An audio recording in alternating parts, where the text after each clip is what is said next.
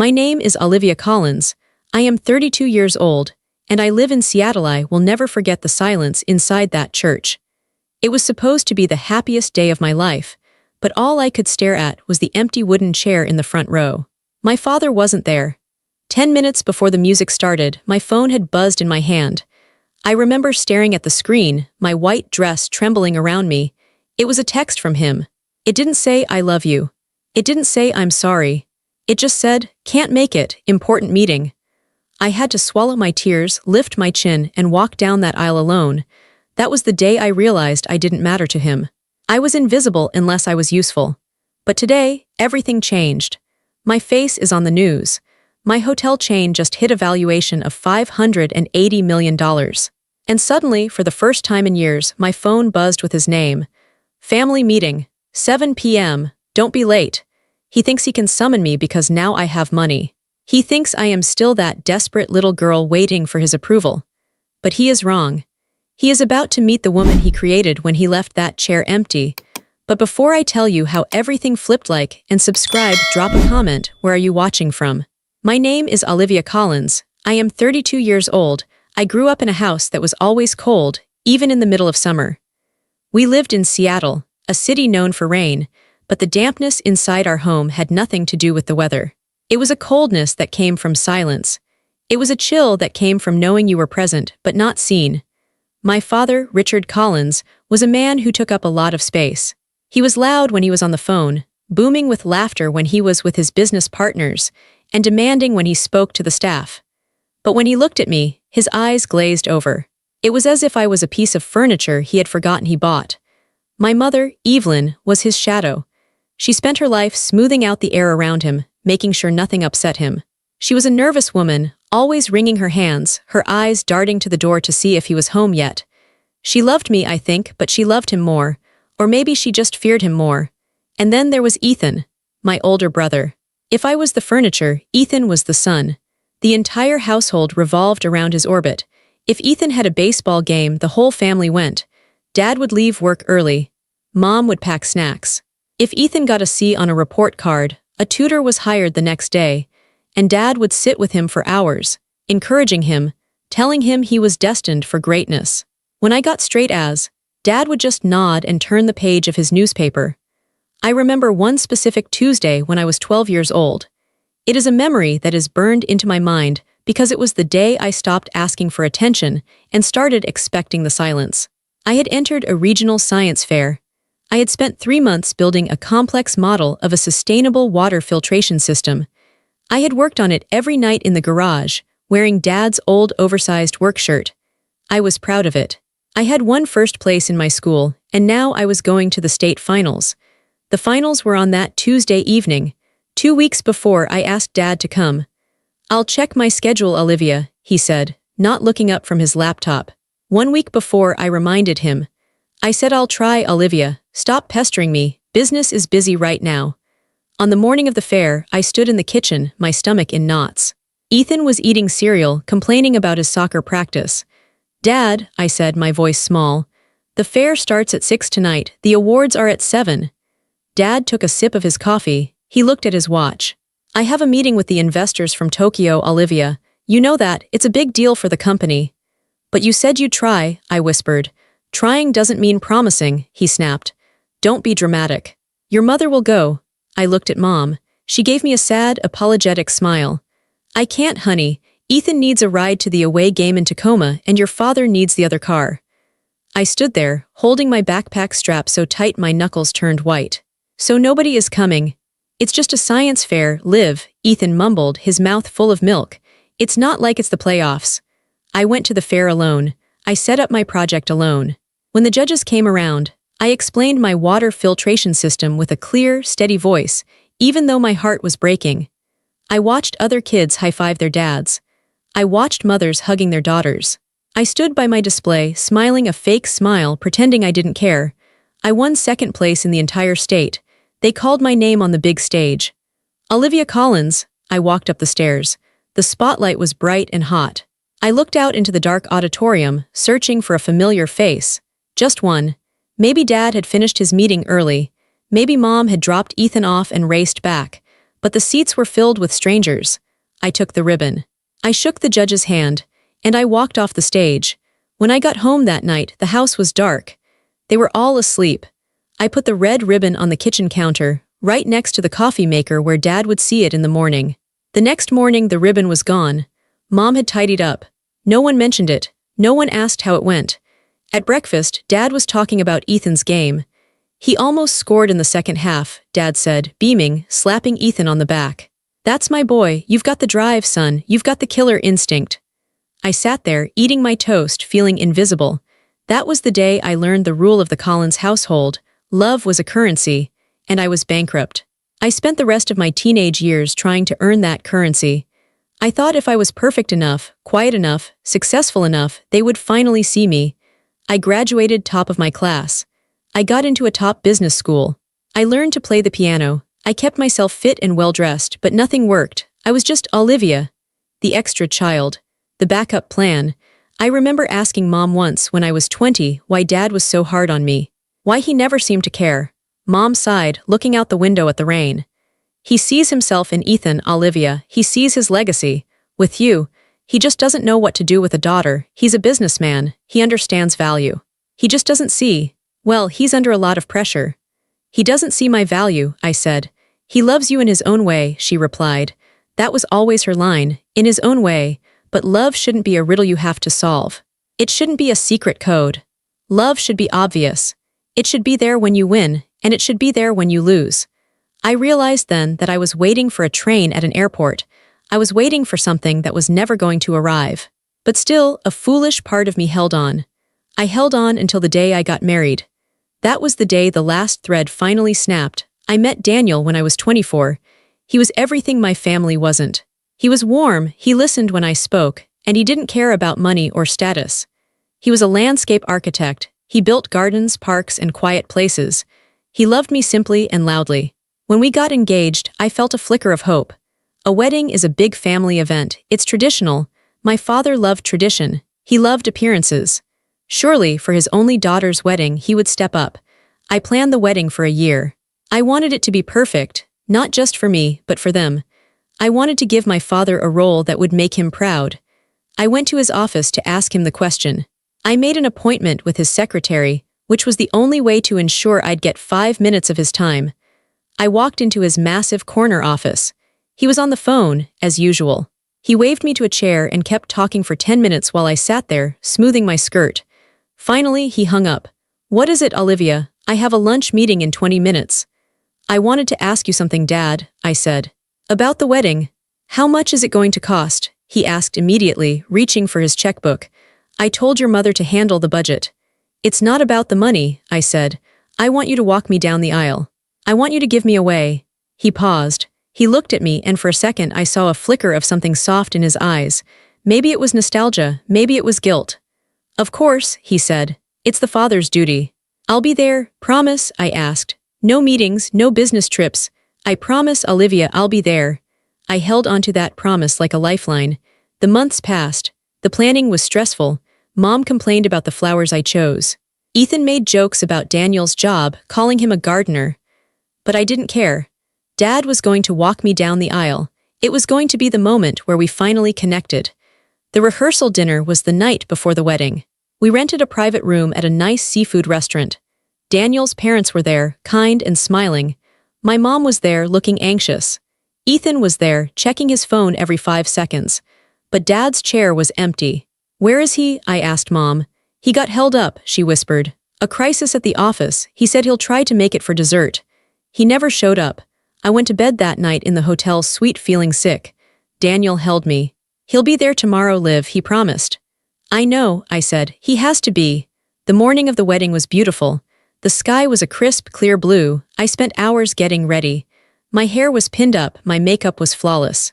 I put on the white dress. I looked in the mirror and felt beautiful. I felt like a bride. We were at the church. The ceremony was scheduled for 2 p.m. At 1:30 p.m., I was in the bridal room. The photographer was taking pictures. My bridesmaids were laughing, drinking champagne. Has anyone seen my dad? I asked. He's probably waiting in the vestibule, one of them said. At 1:45 p.m., I started to pace. My hands were shaking. I asked my mother to go check. She came back 5 minutes later, her face pale.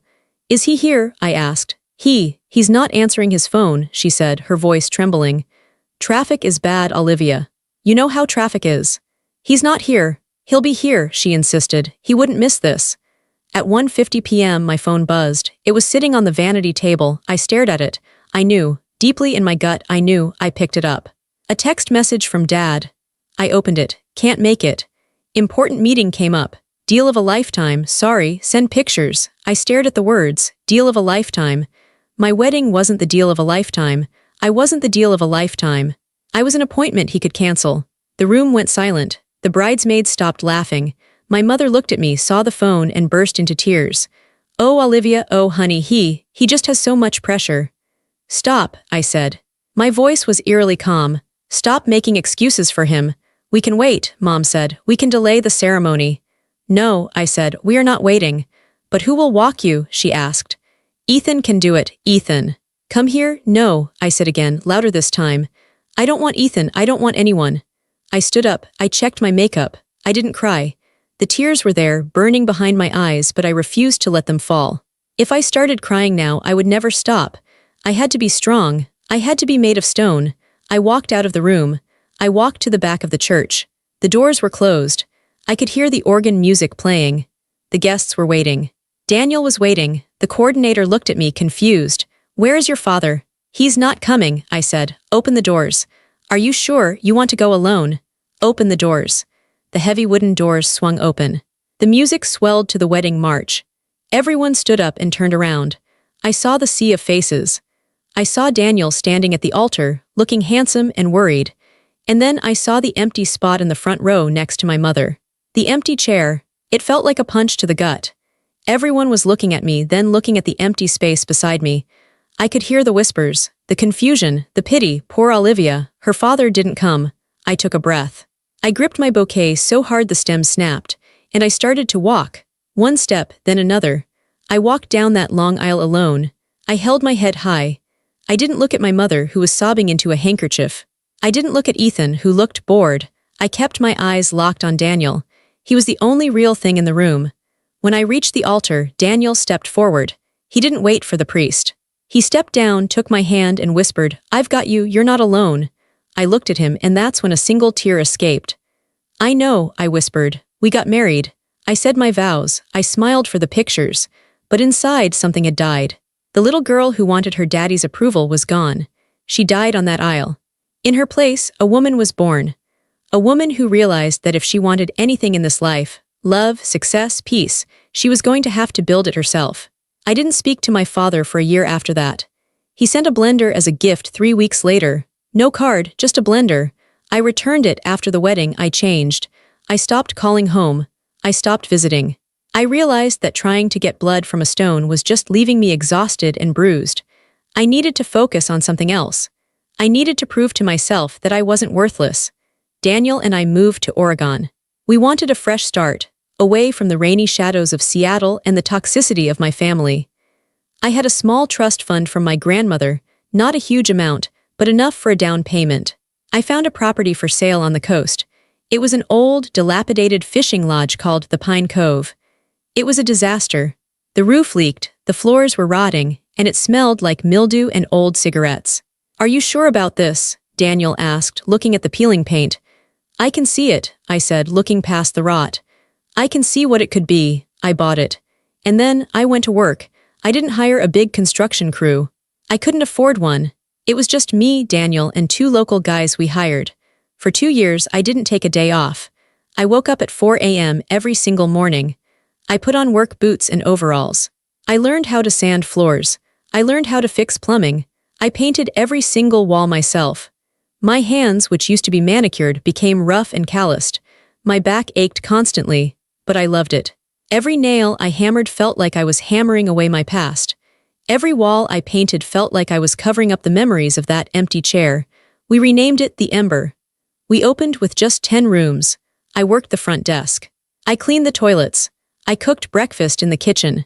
Daniel handled the landscaping, turning the overgrown weeds into a magical forest garden. The first month, we had 3 guests. I treated them like royalty. I made sure their coffee was perfect. I left handwritten notes on their pillows. I wanted them to feel the warmth I never had. Word spread. People started writing reviews. The most welcoming place on the coast. A hidden gem. The owner makes you feel like family. Family. That word used to hurt me. Now it was my business model. By the end of the first year, we were fully booked for 6 months in advance. We made a profit. I took that profit and bought the rundown motel next door.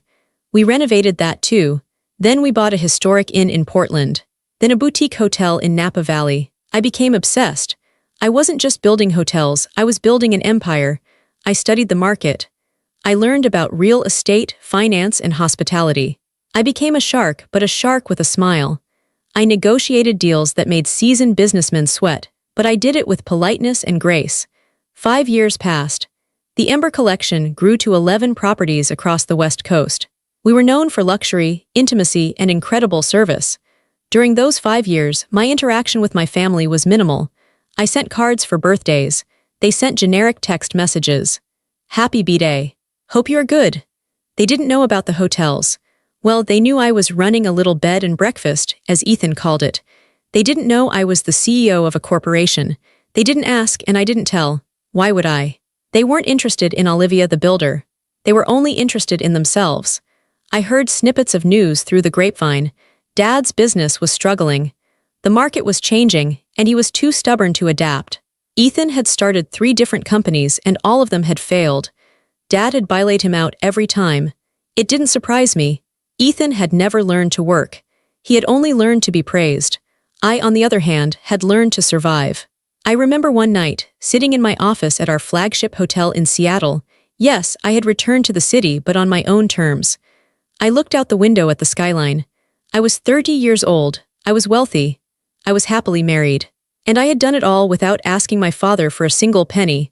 I looked at the phone. I hadn't spoken to him in 6 months. "Do you miss them?" Daniel asked, walking in and handing me a cup of tea. "I miss the idea of them," I said honestly. "I miss the family I wished I had, but I don't miss the people they actually are." "You've won, you know," Daniel said. "It's not a competition," I said, but deep down maybe it was. Maybe I was still that little girl at the science fair, waiting to show them my blue ribbon. But the ribbon was now a multi-million-dollar company. I just didn't know that the ribbon was about to get a lot bigger. And the silence was about to end. It was a Tuesday morning. It was raining, of course. I was in the conference room with my executive team. We were going over the quarterly reports. The atmosphere was electric. We had been working for months on a massive merger deal, bringing in private equity to expand the Ember Collection internationally. Lena, my CFO and best friend, walked in. She was holding a bottle of champagne and a stack of newspapers. Her face was flushed. "We did it," she said. Her voice was shaking. "Did what?" I asked, looking up from my laptop. She slammed the newspaper down on the table. The headline screamed in bold black letters. Ember Collection valued at $580 million in historic deal. Underneath was a picture of me. A picture Daniel had taken. I looked strong. Confident. $580 million, Lena said. "Olivia, you are officially a half-billionaire." The room erupted. My team was cheering, clapping, popping the champagne. Daniel ran in and lifted me off the ground, spinning me around. "I knew it," he yelled. "I knew you could do it." I stood there feeling a strange mix of emotions. Pride, yes, relief, absolutely, but also a quiet, steady calm. I had done it. The invisible daughter, the extra child, the girl who walked down the aisle alone, she had built a $500 million kingdom. I took a sip of champagne. My hands were steady. Then my phone buzzed on the table. It was a sharp, aggressive vibration against the mahogany wood. I looked down. "Sender, Dad." The room seemed to go quiet, even though everyone was still cheering. The name on the screen felt like a ghost. I hadn't heard from him since Christmas, which was a generic Merry Christmas text. I picked up the phone. My thumb hovered over the screen. What does he want? I thought. Does he know? Of course he knew. He read the business news religiously. He probably choked on his morning coffee when he saw my face on the front page. I opened the text. "Olivia, family dinner at 7 p.m. tonight at the club. Important discussion. Do not be late." I stared at the words. No congratulations. No I'm proud of you.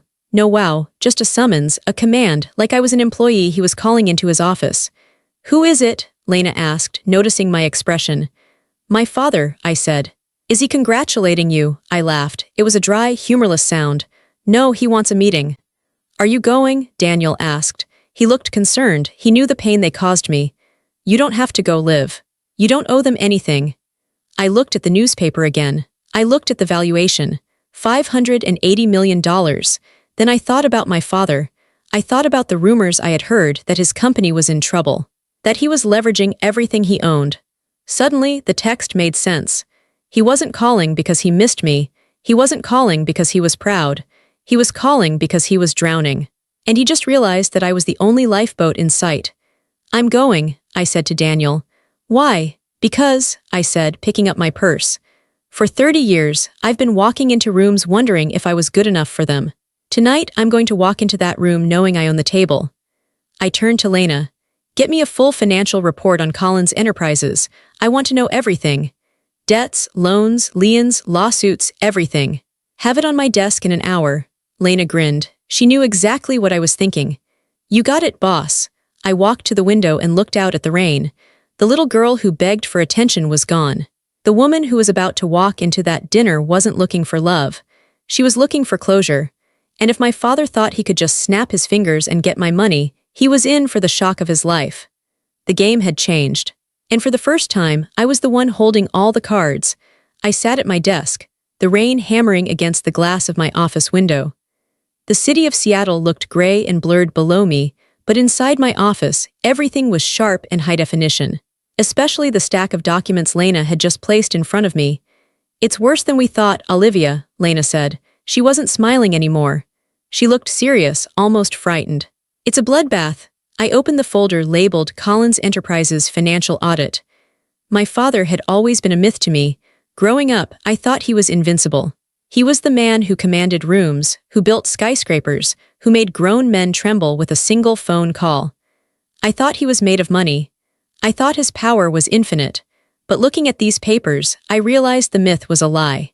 Walk me through it, I said, my finger tracing the red lines on the spreadsheet. Okay, Lena said, pulling up a chair. First, the liquidity. He has none. He's cash poor. He's been leveraging his existing properties to buy new ones, but the new ones aren't generating revenue. It's a house of cards. The loans, defaulted, Lena said. He has 3 major loans with Citibank. He's missed payments on all of them for the last 4 months. The bank has already sent a notice of intent to foreclose. They are about to seize the headquarters. I felt a cold chill. The headquarters. That building was his pride and joy. It had his name in gold letters above the door. What about Ethan? I asked.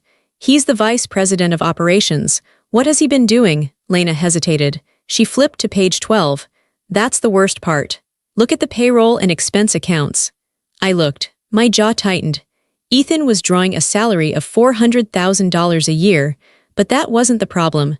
The problem was the corporate credit card expenses. Private jet charter to Cabo, $22,000. Luxury suite in Vegas, $15,000. New Porsche lease company vehicle, $3,500/month. He's bleeding the company dry, I whispered. Dad is drowning and Ethan is drilling holes in the bottom of the boat. And your father is letting him, Lena added. There's no oversight, no discipline. Your father is covering for him, taking out high-interest short-term loans just to keep payroll afloat. He's borrowing from loan sharks, Olivia. Not literally, but close enough. Private hard money lenders with predatory rates. I closed the folder. I felt sick. My father wasn't just bad at business, he was delusional. He was sacrificing his entire life's work to protect the ego of his son. He was willing to go bankrupt rather than admit that Ethan was a failure. And now, he was calling me. I stood up and paced the room. He wants me to save him, I said. Tonight, the dinner. He's going to ask for a loan. He probably thinks I'll write him a check for $10 million, $20 million just to get a pat on the head. If you give him money, Lena said, it will be gone in 6 months. Ethan will spend it. Your father will mismanage it. It would be like throwing gold into a fire. I know, I said. I walked to the window. I thought about the empty chair at my wedding. I thought about the science fair ribbon. I thought about the text message. Can't make it. Important meeting. He didn't respect me. He didn't love me. He just saw me as a resource. If I gave him the money, nothing would change. He would take it, maybe say a quick thanks, and then go back to ignoring me. Ethan would keep laughing at me while spending my money on sports cars. I'm not going to give him a loan, I said, turning back to Lena. So you're going to let him crash? Lena asked. No, I said, my voice was deadly calm. I'm not going to let him crash, I'm going to catch him, but I'm not going to be his savior, I'm going to be his boss. Lena raised an eyebrow. What are you planning?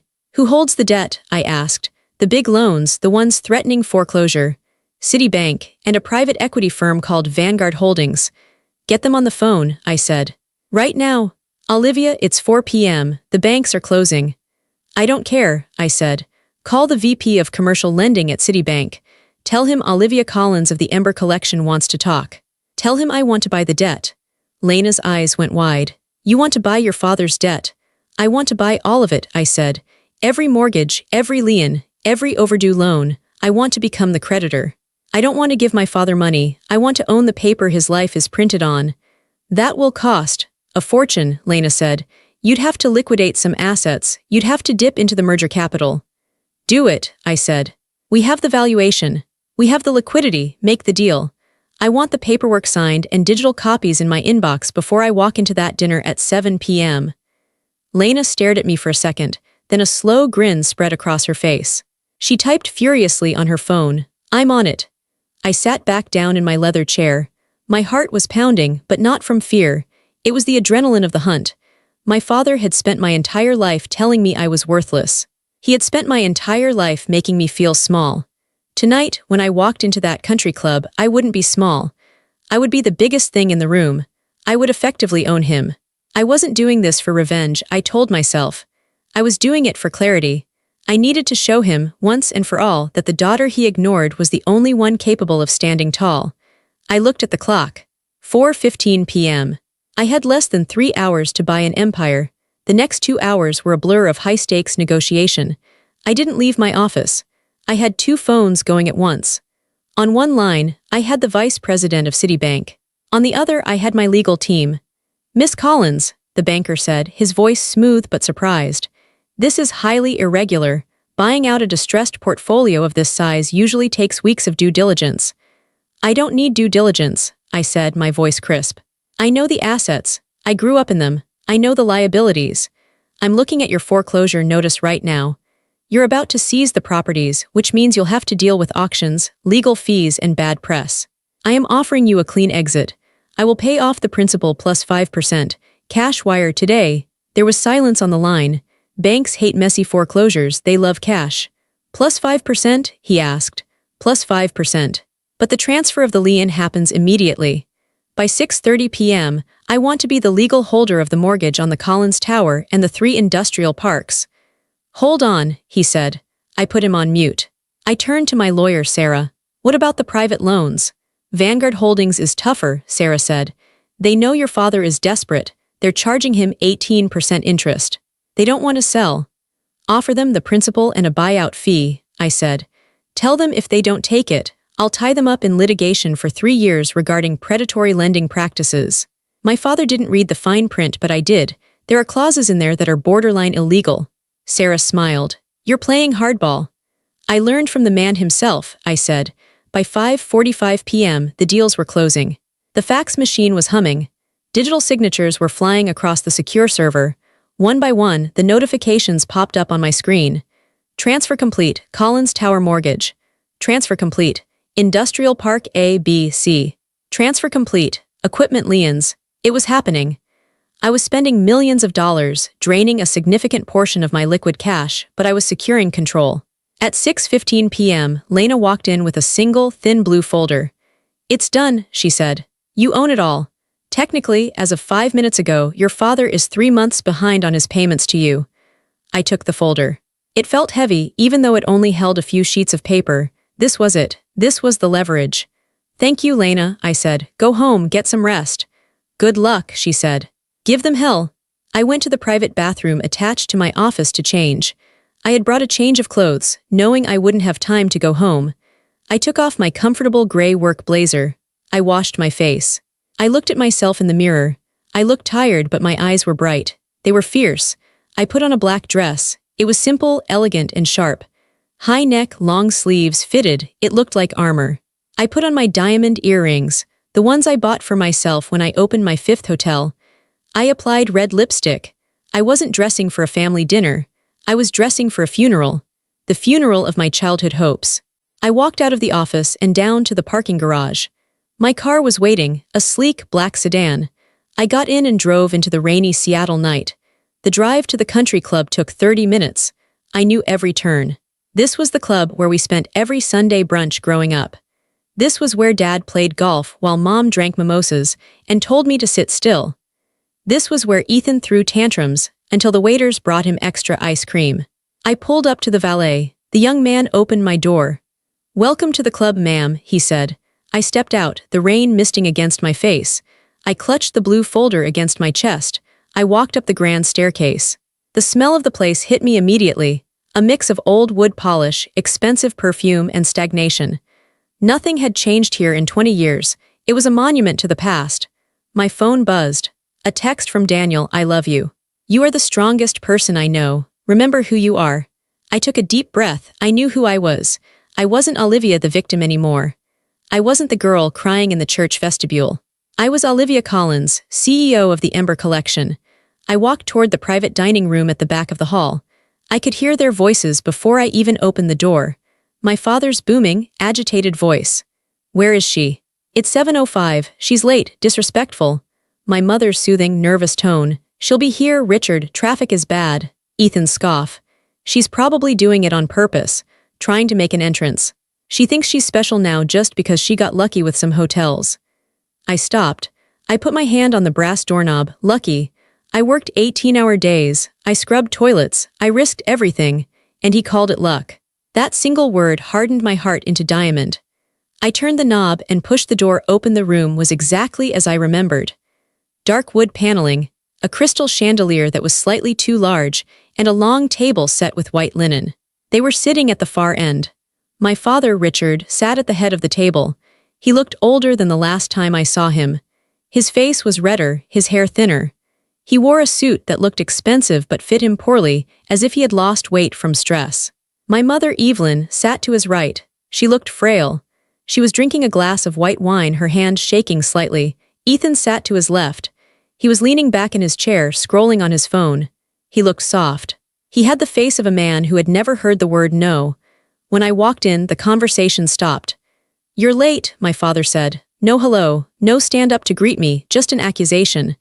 "Traffic," I said simply. I didn't apologize. I walked to the empty chair at the other end of the table, the foot of the table, opposite him. I sat down. I placed the blue folder on the table in front of me, face down. "Well," Mom said, her voice high and tight. "You look wonderful, Olivia. That dress is very chic." "Thanks, Mom," I said. "We heard the news," Ethan said, not looking up from his phone. 580 million, that's crazy. Who did you bribe to get that valuation?" "Hard work, Ethan," I said coolly. "You should try it sometime." He scoffed and finally looked at me. His eyes were jealous, pure, unadulterated jealousy. "Relax," I was joking. "Don't get a big head." "Let's order," Dad grunted. "I'm starving." The waiter came. We ordered in an awkward tension. Dad ordered a steak, rare. Mom ordered a salad. Ethan ordered the most expensive lobster dish on the menu. "I'll just have sparkling water," I said. "You're not eating?" Mom asked. "I'm not staying long," I replied. Dad put his menu down. He stared at me across the centerpiece of dying flowers. "Right, let's get to business. We're family, so I'm going to be straight with you, Olivia." "Please do," I said. "The market has been difficult," he began. He used his boardroom voice, the one he used to manipulate investors. "We've had some cash flow issues.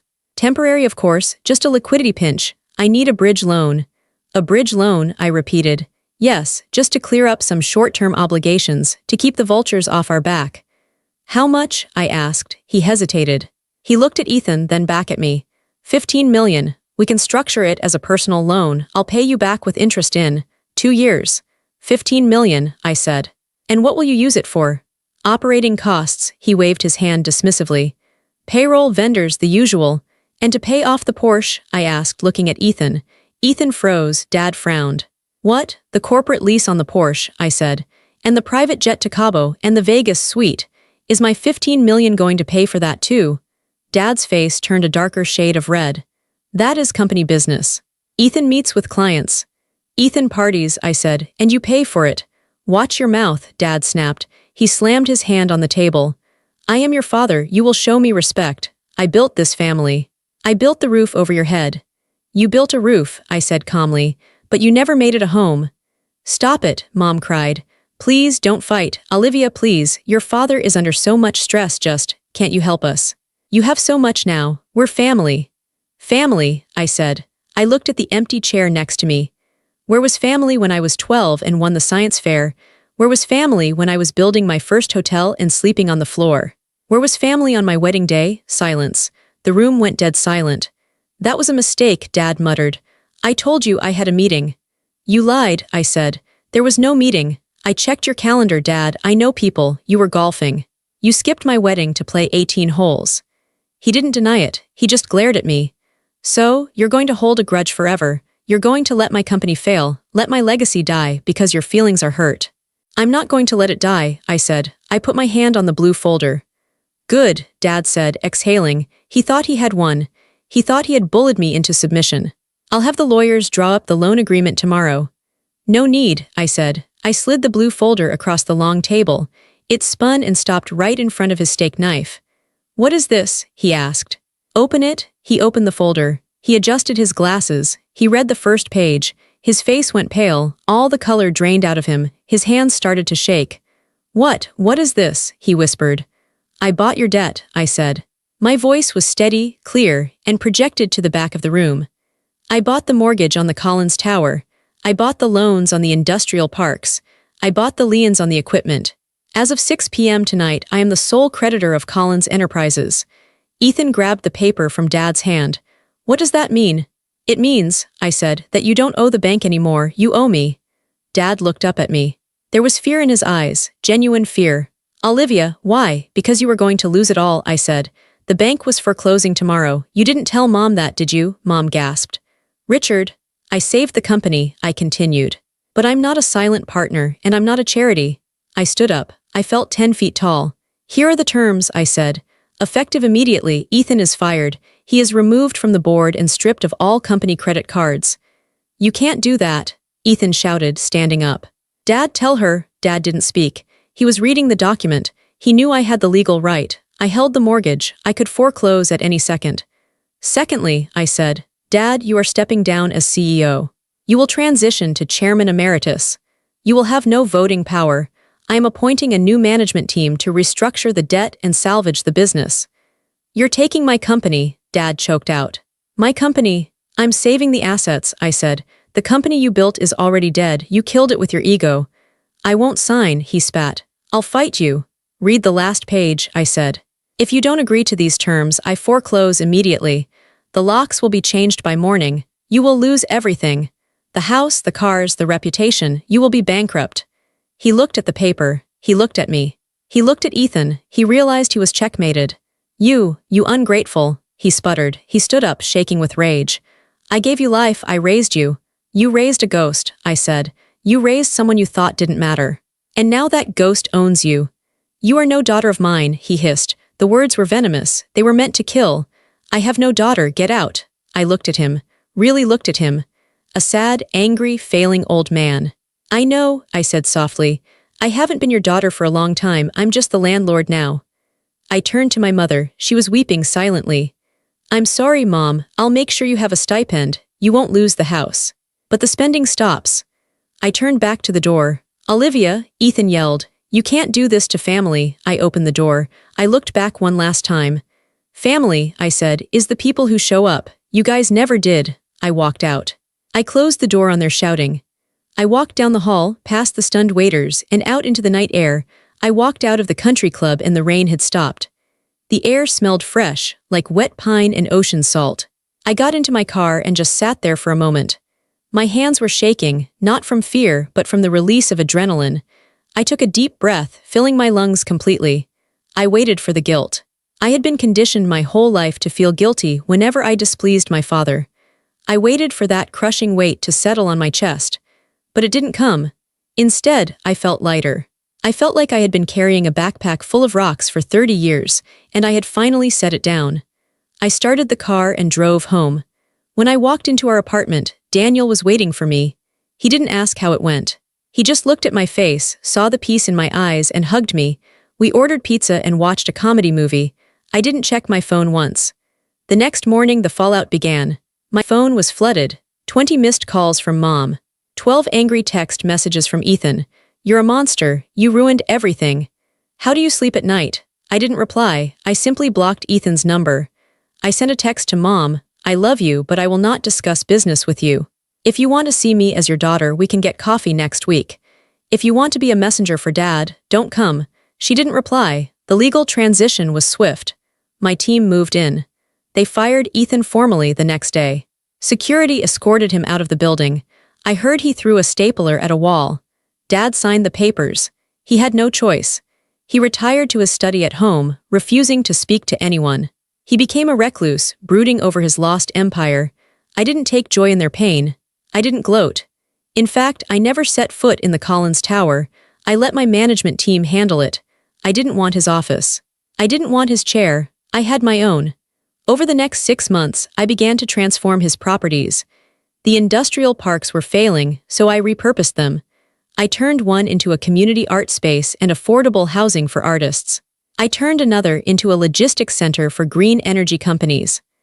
I took the profits from the restructured company and started a scholarship fund for girls in STEM, girls like I was, who had big dreams but no support. I turned the pain into purpose.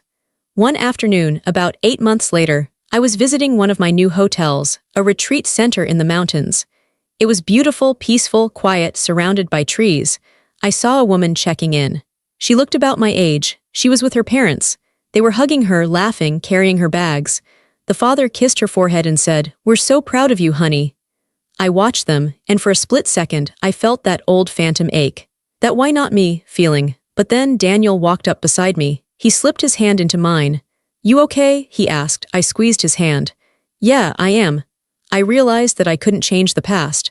I couldn't rewrite my childhood. My father was never going to be the man I wanted him to be. My mother was never going to be strong enough to choose me over him. Ethan was never going to be a brother. And that was okay, because I had broken the cycle. I wasn't bitter. Bitterness is drinking poison and expecting the other person to die. I had spit the poison out. I had saved their financial lives, not because I owed them, but because I was better than them. I showed them mercy when they had only shown me disdain. That was my victory. I walked away from the lobby, leading Daniel toward the garden we had planted together. "Did you hear?" Daniel said. "Your brother got a job. Selling cars at a used lot in Tacoma." I smiled. "Good for him. Honest work builds character." "And your dad?" "Still silent," I said. "Silence used to hurt me. Now it just feels like peace." I stand in the sunlit lobby of the Summit, my newest and most beautiful hotel. The walls are glass, looking out over the mountains. The light pours in, warm and golden. I am 32 years old. I own a company worth over $500 million. I have a husband who adores me. I have a life that is full, rich, and entirely my own. I look at the camera, at you. There is a myth that family is everything, that you have to stick by them no matter how much they hurt you. That blood is thicker than water. But I'm here to tell you that's not true. Blood is just biology. Family is behavior. If your family makes you feel small, if they make you feel invisible, if they only call you when they need something, that is not love. That is manipulation. You do not owe them your soul just because they gave you their DNA. It took me a long time to learn that. I spent years waiting for an apology that never came. I spent years trying to buy their love with my achievements. But you cannot buy what isn't for sale. And you cannot fill a cup that has a hole in the bottom. The moment I stopped trying to please them was the moment I started to fly. I forgave them. Not for them, but for me. I forgave them so I wouldn't carry the anger anymore. I forgave them and then I moved on. I built my own table. I invited people who loved me for who I was, not for what I could give them. I looked down at my phone. The screen is clear. No frantic texts. No demands. Just a picture of me and Daniel, smiling on a beach. I put the phone in my pocket. I turned back to the window, watching the sun set over the empire I built with my own 2 hands. If you are listening to this and you feel invisible in your own home, if you are the extra child, if you are the one they underestimate, hear me, you are strong, you are capable, and you are not alone. Don't wait for them to give you permission to be great. They never will. Take that pain, take that rejection and use it as fuel. Build your own castle. And when you're standing at the top, remember who got you there. You did. Thank you for listening to my story. It wasn't easy to tell, but it was necessary. If this story resonated with you, if you've ever had to choose your own peace over your family's drama, please like this video. Subscribe to the channel for more stories of truth and resilience. And in the comments below, tell me, have you ever had to walk away to save yourself? I want to hear your story. I'm Olivia, and I'll see you in the next one.